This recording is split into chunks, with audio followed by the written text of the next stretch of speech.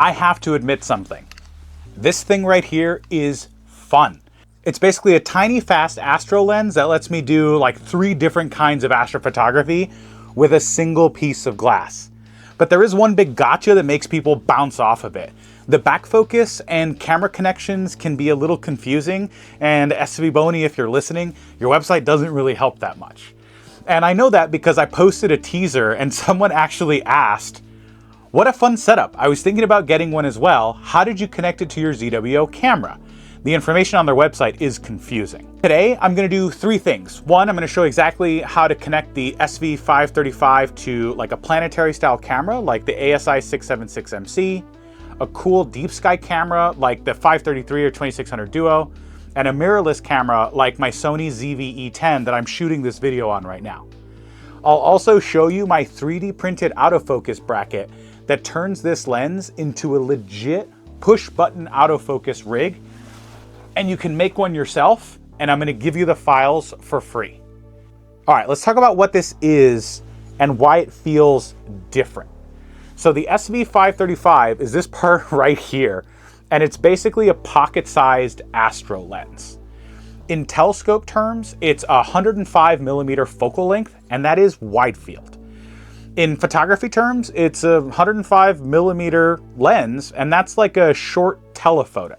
So it's not like a Milky Way 14mm lens when you attach it to your APS-C camera, but it is insanely portable compared to most telescopes, and it's really, really fast. And that's the biggest reason I think it's so much fun, is it sort of scales with you and it collects photons at a rate that is astonishing. So tonight I'm gonna show it with 3 different camera styles because I think that's one of the real superpowers of this, plus just how tiny and lightweight it is.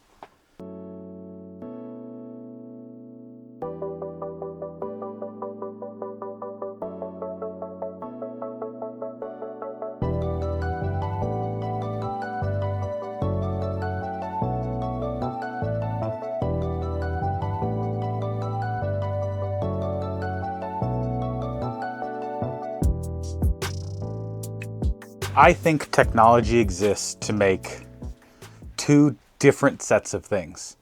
Either the ridiculously large, like think the 200-inch telescope at Palomar, or things that are ridiculously tiny, like look at this mount. This is an entire telescope mount, or that dwarf mini that's right there. Like that's an entire telescope, full smart scope in one box. I do actually have a thing for small telescopes, as you can see. Because I don't know, I think they're like cute, but also it's fascinating to me, the concept of either miniaturization or making something huge. After my review of the SV535, which is that scope right there, which I took with me to Hawaii to go like try it on the top of a volcano, I thought, man, this is probably the smallest telescope that is like usable to me. Because I've got smaller stuff, like that's a old Celestron C90, but that's like a Maxitov, like that's not very usable for astrophotography. So with the 555, I was like, all right, that's about as small as you can get and have it be useful. It's about the same size as my Red Cat. Makes sense. Then SVBONY reached out and said, hey, we've got a couple new scopes coming out. Do you have any interest in trying them out? And I was like, yeah, absolutely. I like SVBONY products. And so, they just said, do you want the big one or the small one? And I was like, the small one of whatever it is always fun. I did not expect to receive this. This is a 105mm aperture f2.8 telescope. f2.8. The only things I have that approach this speed is stuff like the Hyperstar for the Celestron C8 or the C11. I don't have stuff that's f2.8. This is so fast. And all that the speed means is it's the relationship between the aperture and the focal length. And the smaller the f number, in theory, the more light your telescope is collecting for any given focal length. And at 2.8, this is one of the fastest telescopes I own, and it's smaller than my hand. Let's cut to earlier when I took this out of the box so that you can see everything that it comes with, and then I'm gonna put it together in my typical astrophotography night setup. And we'll talk about why this thing is just so much fun that it's gotten a lot of use in my setups. All right, let's unbox the SV535. First of all, I'm really appreciative of SVBONY's new packaging. Like, this is just really clean, it's really nice. It's a 5-element, 7-piece design. And when you open the box, you get a user's manual. These are always helpful, especially for weird little telescopes like this, because what you're hoping to find in here is, yes, here's setup instructions for different types of cameras. So depending on which camera you're connecting to it, this tells you like how much backspacing you need. My understanding is the highlights are, you really just need to get to 24 millimeters and you're golden. Now that is different from the typical 55 millimeters that you'll see on most telescopes, but you know, it is what it is. You get a bag of hardware. This is nice. They give you all the Allen keys and all the screws. This looks like a M42 adapter, about 6.5 millimeters wide. That's interesting. We'll put that over there. This is this is the Sony E-mount adapter. So this is so that I can connect it to my digital camera, the one I actually film all of my YouTube videos with. I can hook this telescope up to that camera. Comes with a little, this is the Arca Swiss quick mount for, this is more like for photography tripods and heads and stuff like that. This is the actual clamp that holds the telescope to your bottom Vixen rail. So this goes like this, and we'll put that together in a minute. This is the actual scope. Is there anything underneath here? No, this is the actual scope in here. First of all, I like that they're starting to do this. So all of the, you know, the SV555 was the same. It came in a nice, sort of looks like it's probably water resistant, small bag with a handle, and it's very well padded. So you can just chuck this in a backpack. And inside, we've got the telescope lens. I don't know, this really blurs the line between the two. So this, let's crack this open. So this right here is the hood, essentially, or the what you would call on a telescope like a dew shield or a light shield. On a lens, you would call it the hood. But we'll take that off for a second. And then it comes with, wow, nice metal covers for the front and back. I really appreciate metal covers. And you crack this open, and this is M48 threaded on the front. So there's your main piece of glass. Nice. And this is threaded to accept filters, which I haven't seen mentioned a ton in other reviews, but is like one of my favorite features of this thing. Because you only have 24 millimeters in the back to go from the back of the telescope to your sensor, to your camera, that doesn't leave you room to put like a filter wheel or anything like that, even a filter drawer. But what you can do is take, this is the SVBONY SV220 like dual narrowband tight filter. You just screw it onto the front like that. And now all the light coming through is filtered through this dual narrowband. And then you put your lens hood back on top, or your dew shield. And now you've got a nice filtered inlet. Now, the next thing you'll do is attach this ring. Actually, maybe we'll attach the ring to the Vixen dovetail first. So in the bag of hardware, they give us a bunch of screws and tools. One of these will fit the bottom of this. And then you've got your bracket attached like this, and you can attach your telescope in here, and it clamps on to the telescope like that. It's pretty simple. And on the back side, we've got another metal cover, which is nice. And it looks like there's a pre-attached spacer as well. I'm gonna guess this one's the same 6.5 millimeter spacer right here. Let's see, yeah. So when SVBONY says you need 24 millimeters of backspacing, they mean from this face right here. So from this inside face, you need to get out to 24 millimeters. So that's about, oof, that is not a lot. It's about there. So your sensor needs to be that close to this telescope. Now, if you're using something like, if you're going to use something like the ASI2600mc Duo, this is 17.5. So you need an additional like 6.5 to go from here to here, but that's fine. That's why they give you this 6.5 millimeter spacer. You would bolt this here and then bolt this whole assembly. And with the Duo, you can do guiding and imaging all in one setup, which I think that's what Quiv did. If you go watch Quiv the Lazy Geeks video on this exact camera, he did that. I want to go a different route because I want to go even smaller and even lighter. So I'm going with the ASI2600mc. It's a square sensor with really, really tiny pixels. I think they're like 2 micron pixels. I use this primarily for planetary imaging. So when I want to do, like, I'll hook this up to like my big C11 and use it to capture images of Jupiter. But this has 12.5 millimeters of backspacing. So we need a 5 millimeter spacer. And everyone should have a drawer full of spacers, so that shouldn't be too big a problem. And then we use their 6.5 millimeters on that. And then you bolt this to the back.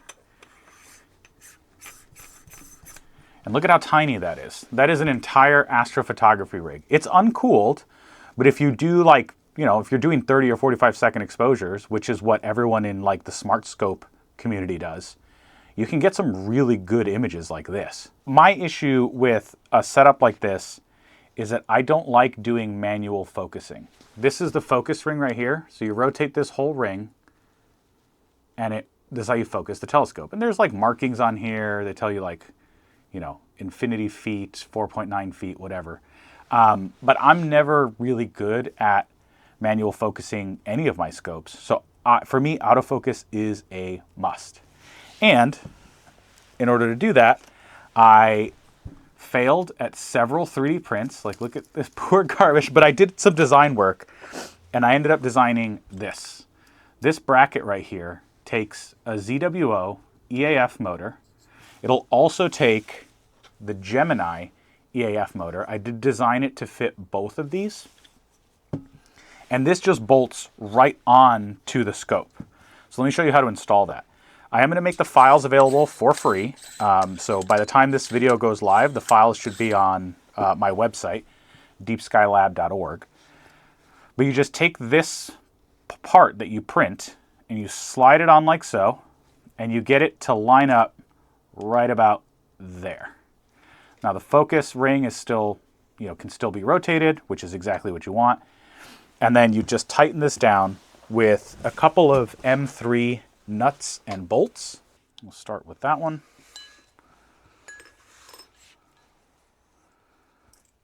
And then to make the belt for this, usually when you get an EAF kit, it comes with a belt.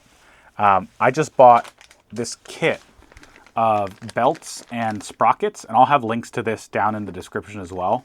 And I cut one of these belts to length, and I made this. This is the belt. For anyone that wants to Google it later, it ended up being about 235 millimeters long. And you can see here is the seam right here, where I cut it at an angle, and I just super glued it together. It's super strong, and it's still flexible. So you just take this. Oh no, I did this out of order. There you go. And it will grab onto the focus ring and grab onto your focus motor like that. And then you pull the focus motor taut, like nice and tight. Oh, focus. No, I'm talking to camera focus. There we go. Nice and taut. And then you just snug down these 2 bolts and you're set. And there you go. Now you've got a focus motor attached to this really nice 105 millimeter telescope. And you can put your dew shield back on the front. It doesn't interfere with it. There you have it. Put this back in here. And that's what it looks like all mounted up.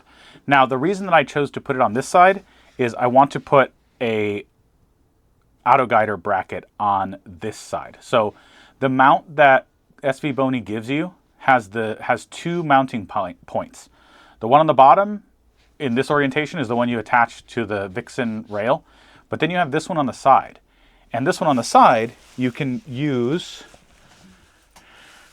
any old Cinta mount, like Guidescope mount, like this one. This one I pulled off an old Schmidt Cassegrain telescope. And you can just bolt it to the side. I'll have links to some of these in case you don't already have one of these mounts. And you can take this mount, bolt it to the side like this with just 2 screws. And now what you can do is attach a Guidescope. Now, if you trust your mount a lot, you've got really good alignment, and you're just doing 30-second exposures, I think you can get away without having the Guidescope. But I want it there because I don't want to throw away any exposures. So this is now one of the smallest astrophotography rigs that I've ever seen that is sort of modular. So you can swap the camera out, you can swap the guide sensor out, and all of this is in a package that is, you know, about the size of my 2 hands open. And I've never seen anything like this before.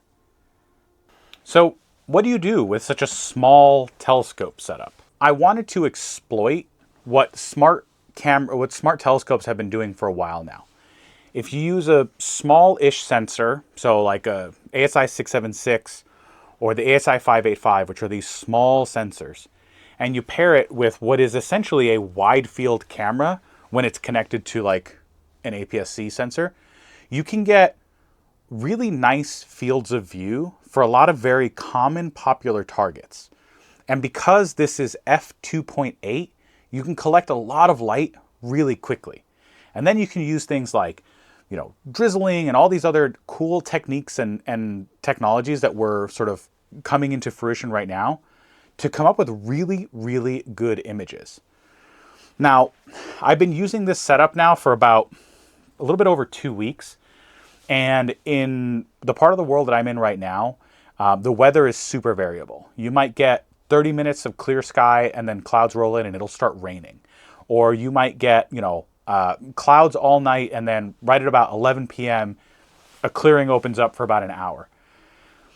As much as I love my bigger telescopes like the C8 and the C11 and my 12-inch Meade Schmidt Cassegrain, it doesn't make sense for me to set those up every single night when there's like a 40% chance of a downpour. That's where I've been using like the Dwarf Mini so much lately, is on those nights where I'm already pretty tired and I don't want to go out, but I do want to try and capture something. You know, I like the art or the act of going out and doing astrophotography.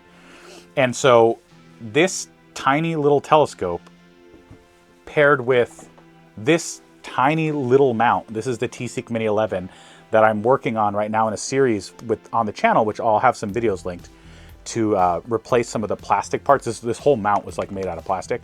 I'm working to replace some parts with metal. And so like I want to take this thing out at night. And the whole setup, this is the tripod and the wedge. So this is the whole, you know, this is the whole bottom part.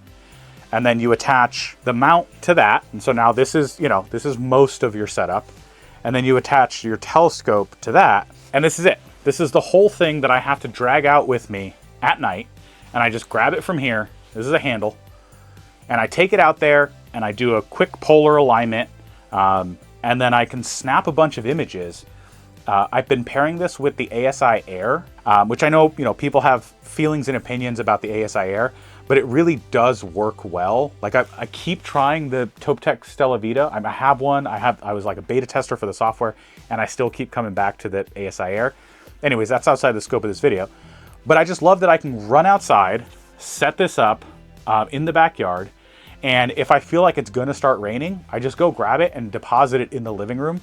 And it doesn't make such a huge mess in the house that I feel like, you know, bad that somebody's gonna bump into it. One of the kids is gonna crash into it, and then everyone feels bad when that happens. I will have the file available for the 3D printed electronic focus bracket linked down below. And SVBONY gave me a $20 coupon for anyone that wants to buy one of these SV535. So if you're interested in it and you want to support the channel, the best thing you can do to support the channel is go buy yourself a telescope. Use that link down there, use the $20 off coupon code. That brings this down to like, you know, $280, which I think I've seen people spend that much just on Guidescopes. Okay, first let's talk about mirrorless. If I want wide-ish night sky scenes, comets, or big star fields, or even like lazy astrophotography, I just use this adapter ring that they give you in the box to bolt it to my Sony ZV E10, and then I go. But they do include the adapter for Sony mirrorless cameras. All right, use case number 2 is what I have it set up right now as, and honestly how I used it mostly for the last couple of weeks.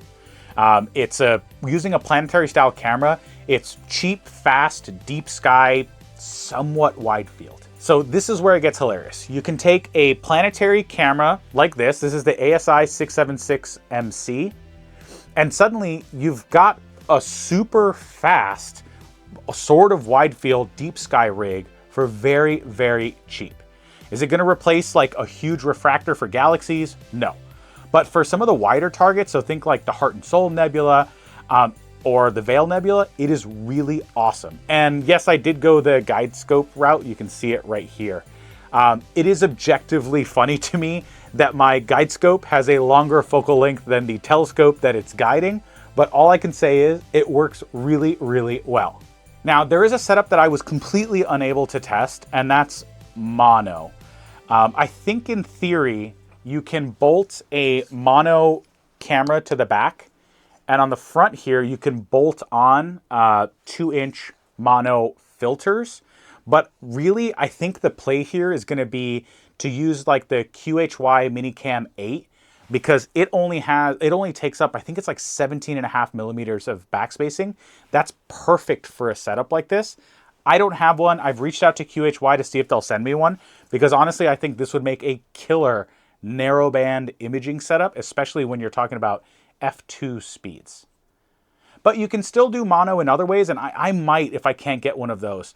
Option A is you screw, like I said, 2-inch filters to the front. You can actually take this front lens hood off, or dew shield as we call it in telescope terms.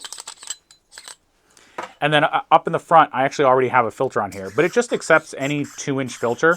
And because the camera is 35 millimeters in aperture, the 2-inch filter doesn't actually cut down doesn't like narrow your aperture anymore. So that kind of works. I had been toying with the idea of bolting a filter wheel to the front. I think that would look insane. I kind of like that idea, but I haven't gotten enough clear nights lately to do something super wild like that. I really just wanted to see like how well it performed. So I've been sticking to like the more normal ones.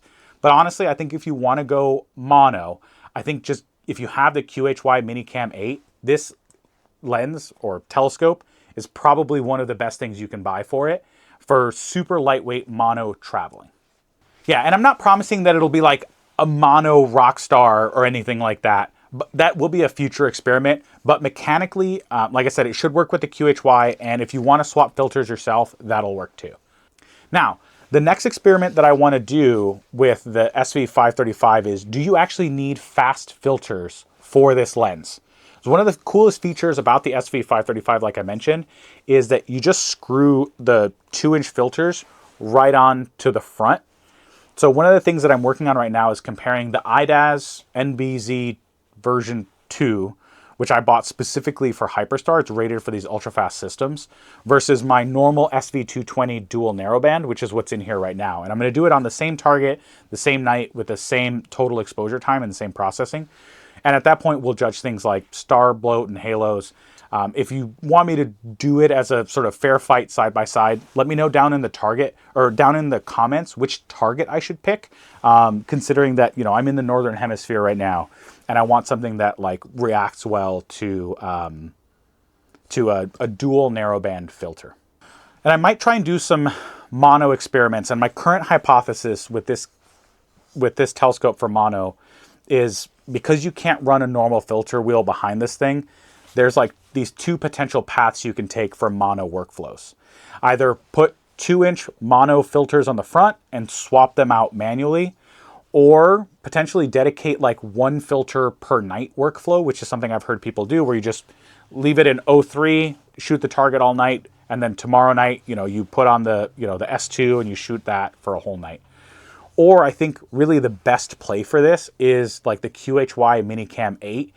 So here's my verdict on the SV535 after a couple weeks use and with the desire to do a lot more testing. If you want a lightweight rig that you can put on a tiny little mount, or that you can swap into your SLR camera to do like wide field, like cool imaging or star trails. This lens is dangerously fun. This is a tiny, fast, flexible, wide field tool when paired with a small sensor becomes a sort of middle of the range field tool. And for me, it earns a spot in my permanent gear collection and maybe even my travel collection because it gets used. If you want the STL for the autofocus bracket, I'll link it down below. If you're looking for the belt and pulley parts list, I'll link that down below as well. And if you want to see that filter shootout, fast filter versus normal filter on this f2.8 rig, get subscribed because that's probably going to be one of the next things that I'm testing. And drop a comment down below with what targets you think would fit well into this telescope with this camera, the ASI2600mc on the SVBONY 535. And with that, thanks for watching. For Deep Sky Labs, I'm Francisco. Clear skies.